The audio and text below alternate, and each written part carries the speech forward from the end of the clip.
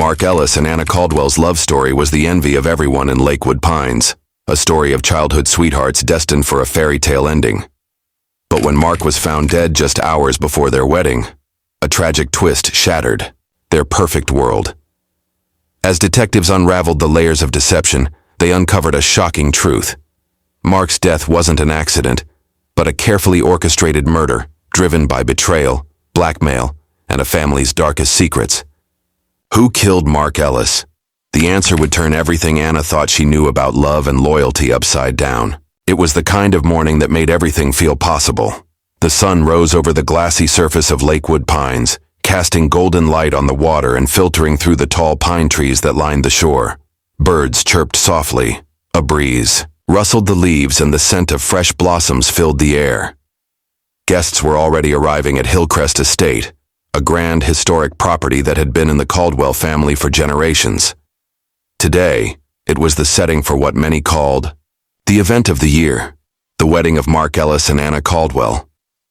Mark and Anna had been together since they were teenagers. He was the quiet boy from the other side of town, the son of a mechanic, and she was the daughter of one of Lakewood's wealthiest families.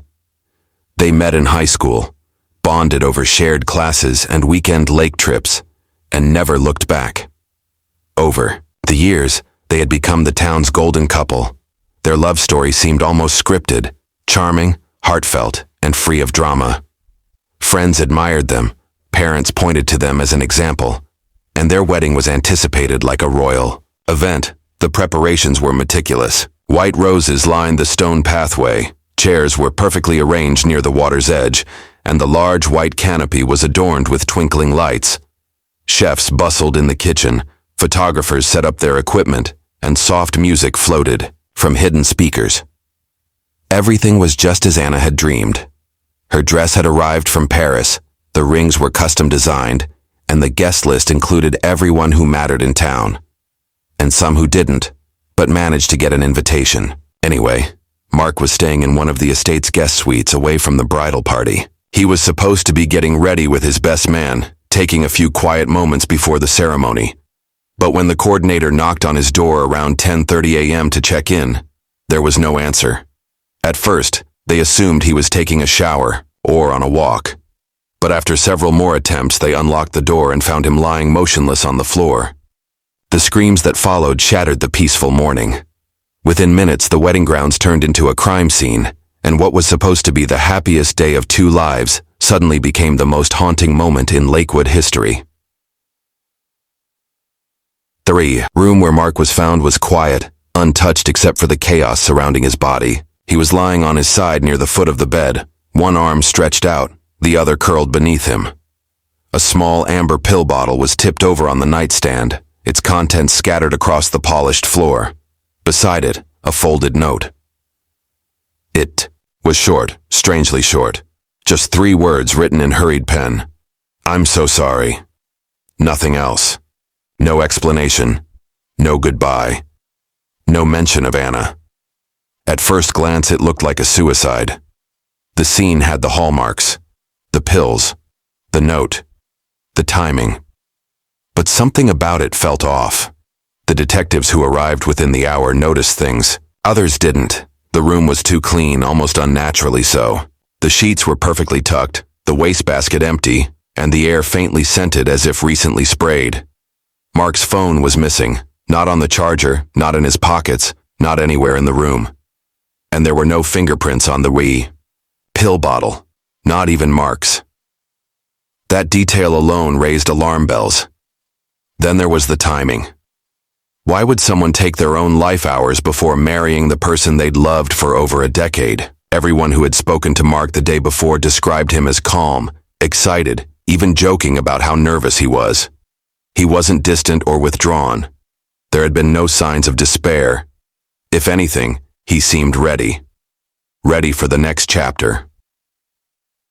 Anna was taken away from the scene almost immediately, kept in another part of the estate under the care of her mother and close friends. Word spread quickly. Guests arriving at the estate were quietly redirected or told the ceremony was postponed. Some had already heard whispers, bits of half-truths passed from one person to another. By noon, The once celebratory venue was surrounded by police tape and marked vehicles. As investigators combed through the suite, they found no signs of forced entry, no struggle, and no cameras facing the hallway outside his door. The security footage was later found to have a critical gap, several hours missing from the middle of the night. That discovery changed everything.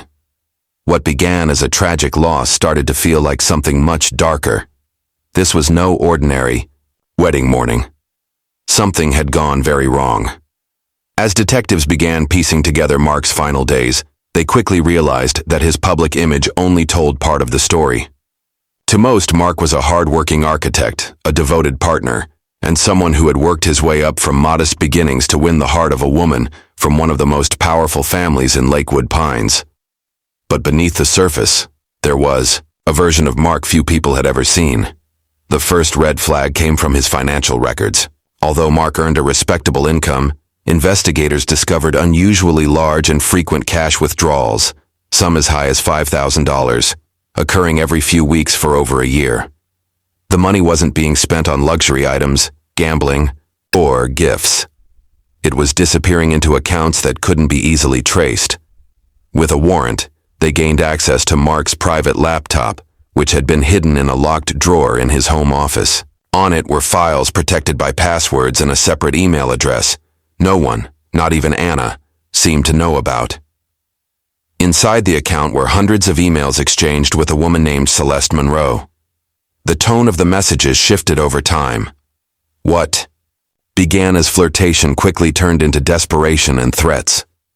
Celeste wasn't just someone from his past. She was a former girlfriend from Mark's college years, a relationship that had ended badly. After losing contact for nearly a decade, she had reappeared 18 months before the wedding. The emails revealed that Celeste had discovered something about Mark, something he never wanted exposed. Celeste had been blackmailing him.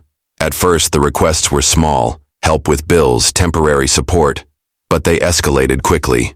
She threatened to send private photos, videos, and personal details to Anna, the Caldwells, and even the press. Mark had tried to manage the situation quietly, sending money and begging her to stop. But 2 weeks before the wedding, he sent a final message saying he couldn't keep living under the pressure. He told her it had to end. Celeste's last reply was chilling. "Then I'll end it myself, or you will." That single sentence gave the investigation a new focus. This was no longer a mystery about a man who couldn't handle the stress. It was a story about someone being pushed to the edge, and maybe someone else who helped push him over. Celeste Monroe had once been just another face in Mark's past, a chapter closed long before he met Anna. But now she was at the center of a growing storm. Investigators tracked her down to a small apartment in the city, far from the elegance of Lakewood Pines. Life had not been kind to Celeste in recent years. She had lost her job at a marketing firm after a scandal involving a client's data breach. Her savings had dried up, and by the time she reconnected with Mark, she was buried in debt and struggling to stay afloat. Her reappearance in Mark's life wasn't accidental. Using an alias, she first reached out to him on social media, pretending to be someone interested in his architecture firm. From there, the communication quickly shifted into something more personal. Once she had his attention, Celeste reminded him of their past, of the love they once shared, and the way he left without explanation. But it wasn't just about heartbreak.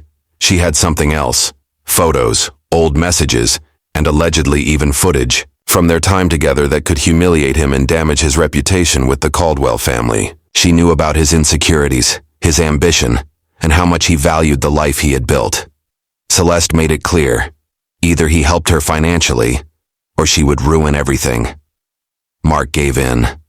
At first, he wired money quietly, then larger sums, more frequently. His emails grew colder, more desperate. He begged her to stop, said she was destroying his life, and pleaded with her not to contact Anna. But Celeste was relentless. She believed Mark owed her something, not just money, but an apology, closure, maybe even a second chance. And when she realized he was about to marry someone else, something in her changed. In one of her last emails, She wrote that she would attend the wedding if he didn't meet her demands. She promised to bring the truth with her. The thought terrified Mark.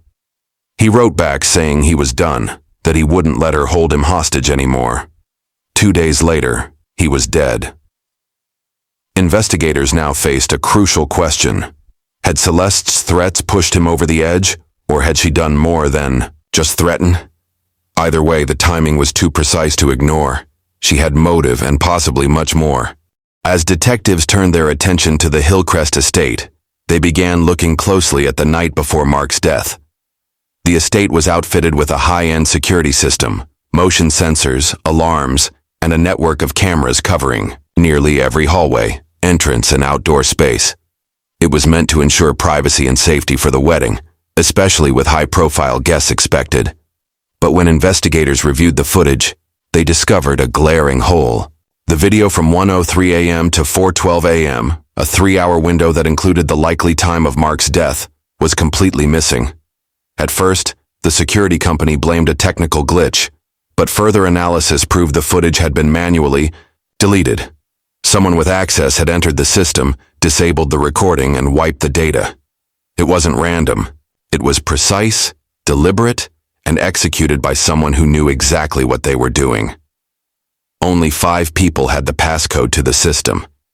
Anna, her father Charles Caldwell, her brother Lucas, the wedding planner, and Mark himself. Investigators quickly ruled out the planner. Her alibi was solid, and she was seen on camera asleep in the staff quarters during the time in question. Anna and her father were also confirmed to have been in their respective suites, verified by both security logs and staff testimony. That left one person, Lucas Caldwell. Lucas had a complicated relationship with Mark. While he had always played the role of the protective older brother, those close to the family knew there was tension. Lucas came from a world of privilege, and though he never said it openly, many suspected he didn't think Mark was good enough for Anna. He had once worked for the Caldwell family's financial firm, but left abruptly under unclear circumstances. Rumors of internal conflicts and suspicious financial activity had circulated, but nothing was ever confirmed. Footage from earlier that night showed Lucas entering Mark's suite shortly after midnight. There was no sign of distress, no raised voices, no one else following. But what struck investigators most was that there was no footage showing Lucas leaving. He had vanished from the cameras for nearly 3 hours, the same hours that were later erased. When asked, Lucas claimed he had stopped by for a drink and left shortly after. But with no footage and a growing list of inconsistencies, his story began to unravel. The Caldwell family had always maintained a polished public image. Generous, donors, business leaders, and cornerstones of Lakewood Pines' social elite. But behind the grandeur of their lakeside estate and the carefully curated charm was a legacy of control, secrecy, and quiet manipulation. As the investigation deepened, detectives began to see just how far the Caldwells would go to protect their name. Charles Caldwell, Anna's father, had built his fortune through finance and real estate. His reputation as a stern but respectable businessman kept him in the good graces of the community. However, quietly, he had a history of silencing problems before they could surface. He had paid off former employees, suppressed scandals involving the family's investments, and maintained close ties with local law enforcement and politicians. Mark's connection to the Caldwell family was seen by some as a triumph of love, but by others as a potential stain on a perfectly crafted image. When detectives questioned Charles, he admitted something surprising. He had known about Celeste Monroe. Months before the wedding, he had quietly hired a private investigator to look into Mark's past. What the investigator found, financial irregularities, the relationship with Celeste, and the ongoing blackmail, was enough for Charles to step in. He confronted Mark directly and urged him to end the engagement. Mark promised to handle it, but Charles suspected he wouldn't. At the same time, Lucas had become increasingly vocal about his distrust of Mark. According to staff at the estate, Lucas and Charles had several private meetings in the weeks leading up to the wedding. No one knew what was said, but tensions were clearly rising. When the deleted footage was discovered and Lucas became a person of interest, Charles stopped cooperating with police. His legal team stepped in, and Anna, caught between grief and disbelief, became more isolated from the investigation. Despite the image they projected to the world, it became evident that the Caldwells were more concerned about preserving their reputation than finding the truth. They had the means to control narratives, influence officials, and quietly make problems disappear. But this time, the problem wouldn't go away. With Lucas now at the center of suspicion and Charles refusing to answer further questions, the once celebrated family found themselves under a spotlight they couldn't turn off. The investigation took a dramatic turn when Mark's missing phone was finally recovered.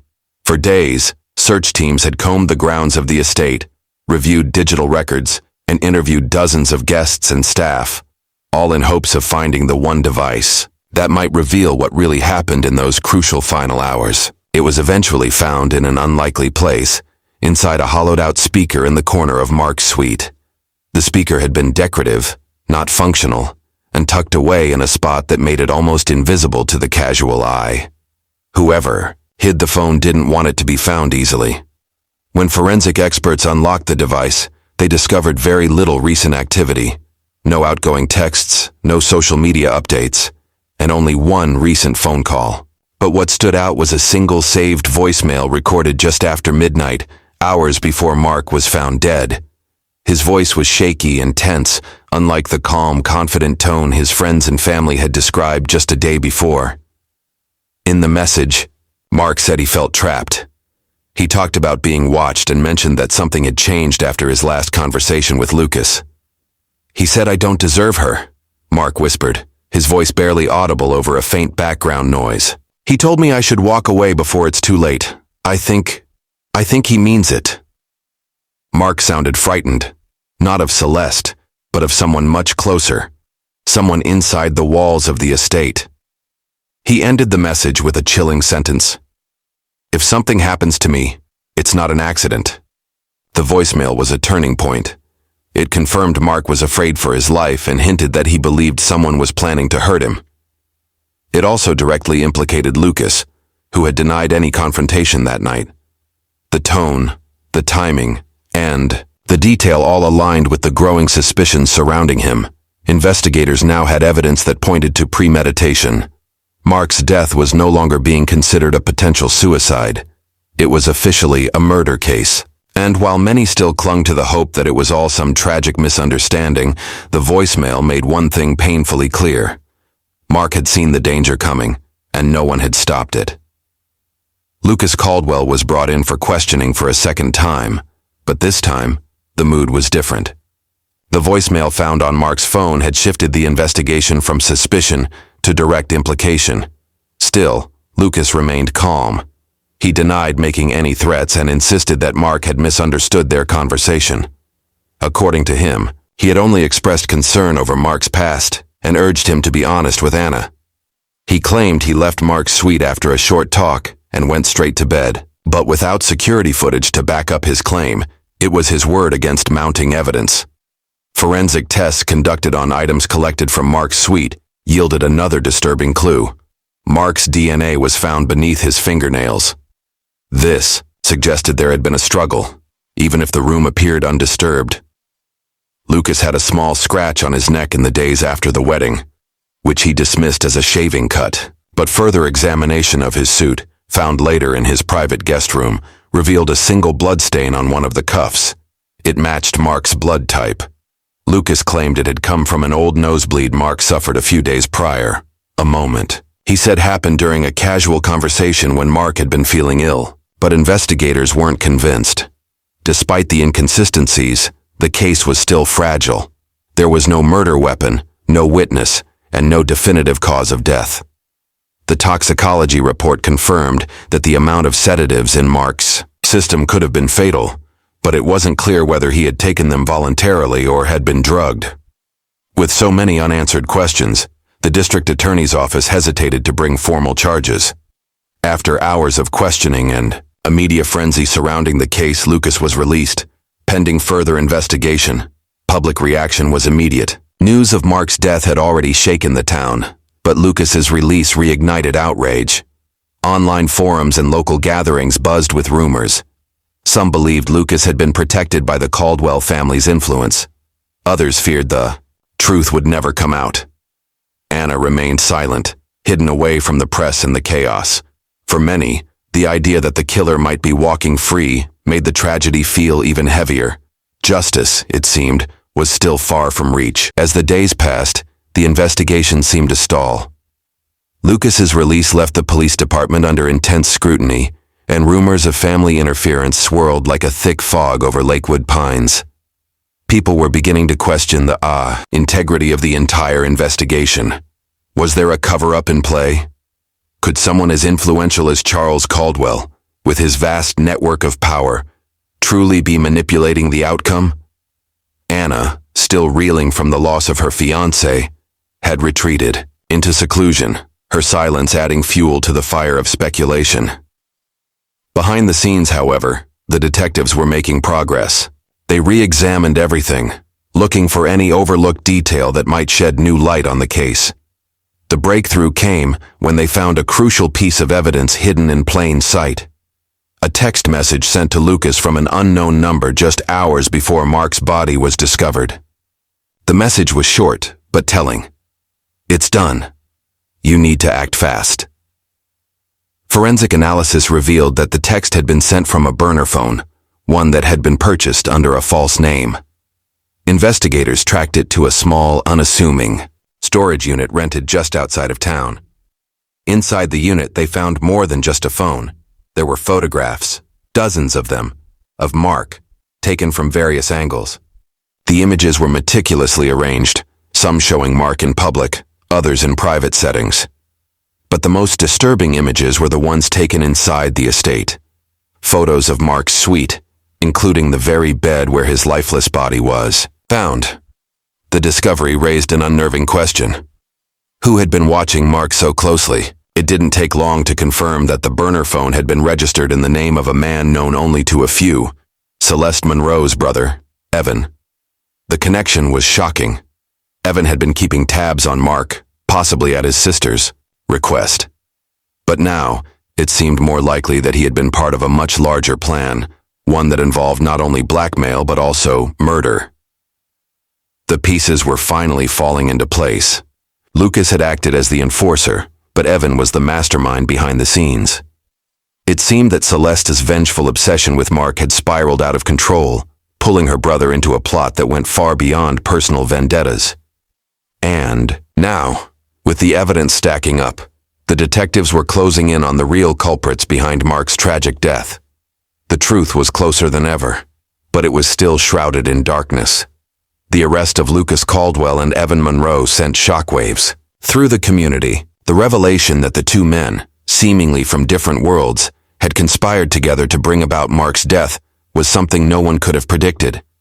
The case, once thought to be a tragic but simple suicide, had unraveled into a complex web of blackmail, betrayal, and calculated murder.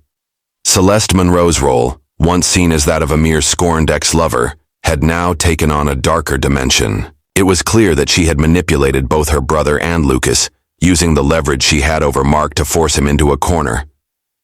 But her obsession with Mark didn't end with money. In her mind, if she couldn't have him, no one could.